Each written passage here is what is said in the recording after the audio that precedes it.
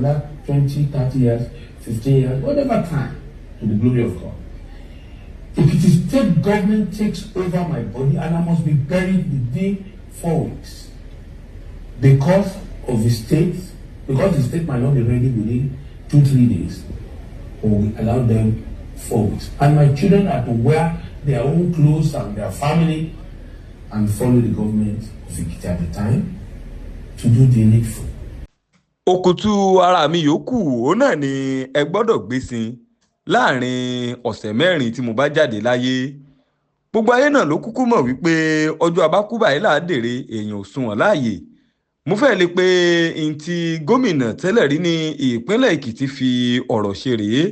Gómìnà Ayọ̀délé Fáyọ̀ṣe òun náà ni ó ń sọ̀rọ̀ ọ̀hún di mímọ̀ níbi ayẹyẹ ọjọ́ ìbí ọdún 75 eléyìí tí ó ń ṣe.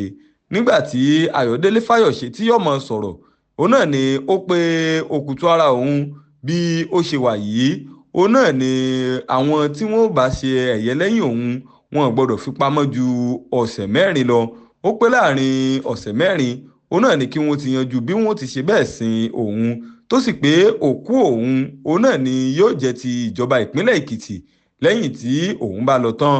Níbi ìfọ̀rọ̀wérọ̀ eléyìí tí Fáyọ̀ṣe ṣe òun náà ló ti pé òun dúpẹ́ lọ́wọ́ gbogbo àwọn ènìyàn eléyìí tí wọ́n bóun kẹ́yẹ ọjọ́ ìbí ọdún 75 eléyìí tí òun ṣe.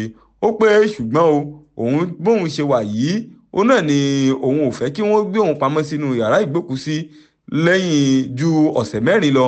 Bẹ́ẹ̀ ni ó tún ṣe lálàyé wípé òun ti pèsè ibi tẹ́ òkú eléyìí tí wọ́n ó sin òun sí lẹ́yìn tí òun bá lọ.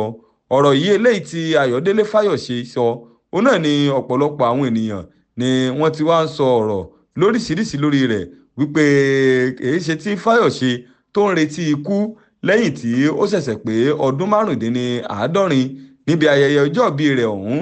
Òun náà ni wọ́n ti rí ọ̀pọ̀lọpọ̀ àwọn èèyàn jàǹkànjàǹkàn tó sì jẹ́ wípé gbajúgbajà olórin jùjú ni King Sunny Adé òun náà ni ó ń kọrin níbi ètò ọ̀hún.